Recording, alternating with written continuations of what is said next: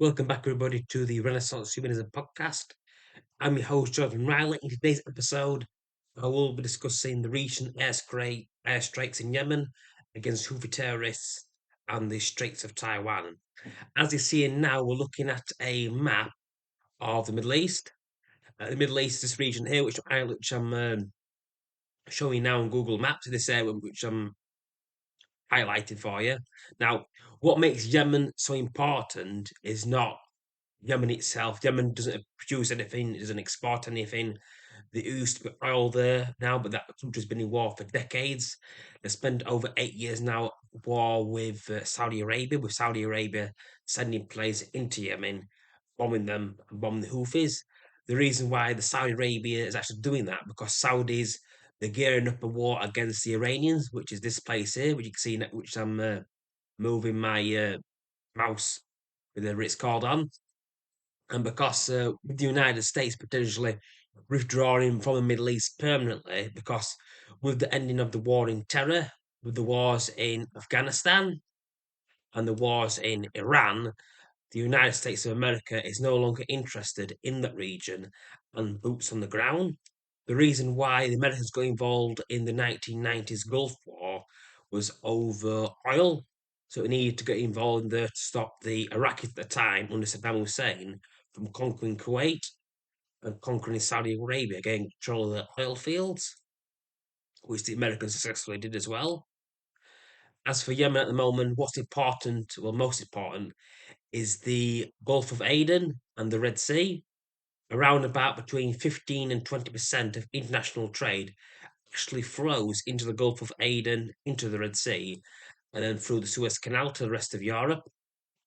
What makes that so important? Because without the actual passing through the Gulf of Aden, through the Red Sea, and then through the Suez Canal, without that Suez Canal here, without the Suez Canal, the international trade will have to travel all the way down from the Gulf of Aden through the Persian Gulf, down through Africa, around the Horn of Africa, around the Cape Town in South Africa, in order to get to the rest of the world. That'll add 2 weeks' journey to the trip as well. That makes the expense actually just going to the consumer as well, because everything becomes more expensive. But it takes the goods to actually get longer to actual locations as well. Then they've got to get them as well. So at the moment, it's disrupting international trade because at the moment 37% of international shipping is being diverted from the Gulf of Aden, from the Persian Gulf, around the Horn of Africa. And that's going to increase expenses as well because they're not willing to take the risk to actually travel into the Red Sea and up through the Suez Canal. They're not willing to take that risk because the Houthi rebels are targeting international shipping. Again, if that continues, uh, everything will go up, the price of everything will go up, inflation will go up, it'll just pass the expense on to the consumers. Now we've got the island nation of Taiwan is here. Taiwan, they used to be part of China until the Chinese Communist Party won the Chinese Civil War. And when they won the Chinese Civil War, they the surviving Republicans, the Republic of China, they ran to Taiwan. The Chinese Civil War was from 1927 until 1949, which the Communist China won. The Republic of China ran to Taiwan. The official name of Taiwan on the Taiwanese websites is the People's Republic, is the Republic of China. But they've given up actually trying to reclaim the mainland of China since the 1960s. The last time there was a possibility would they could actually do that, the actual leaders chose not to go down that route. Around 50% of the world's semiconductors shipping comes from this area as well. It's one of the most important places in the world for international shipping.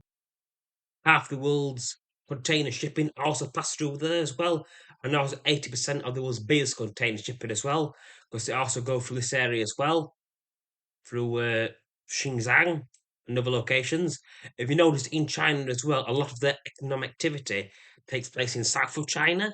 We've got Hong Kong, we've got Xinjiang, and other coastal cities that have been developing since China started opening up in the 1980s under Deng Xiaoping. Just a quick look now at this map, you can see.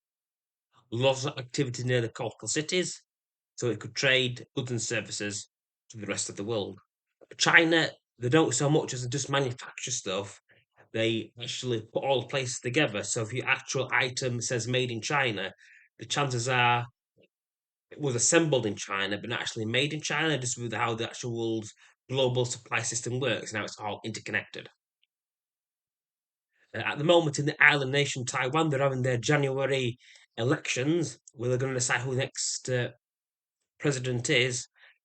The party most likely to win is the People's Democratic Progressive Party, and they're pro independence of Taiwan from China. And there's a possibility within the next 5 years, China might actually try to take a bid to actually conquer the nation of Taiwan. If the candidate, see, the mainland Chinese, they want the Taiwan's People's Party to actually win the elections in Taiwan because they're more favourable to reintegration into China. Finally, what makes Taiwan so important is that I believe it's 80 or 90% of the world's most important semiconductor chips at the most value added scale of semiconductor technology actually comes from Taiwan, and 60% of global semiconductor chips also come from there as well. Those chips are what we have in our phones, what makes this technology work, what makes this laptop work, which makes this mouse work, and what makes that camera work as well. They all have semiconductor chips so they can actually function. Leave them in the fridges as well. So without them, our modern society wouldn't be able to function. As for the Straits of Gulf of Aden and the Persian Gulf, the UK and the US and other international powers have no choice but to get involved because any disruption in international shipping in the Gulf, in the Persian Gulf, in the Gulf of Aden, in the Suez Canal, and the Straits of Taiwan, they will need to intervene because any disruption on the global supply chain could trigger a global recession, high inflation, and the cost will be experienced by the consumers, so they have no choice. So if I hear people online talking about how the British and the English and the uh, Americans shouldn't get involved, but they've got no choice but to get involved to protect their own economies and the international economies as well. They've got absolutely no choice but to get involved. Thank you for listening to this podcast. I hope you found it informative and insightful. Thanks for listening, and I do hope me using the Google Maps will provide a more better experience because for what I'm saying, seeing actual images as well actually help bring things into perspective as well. Thanks for listening.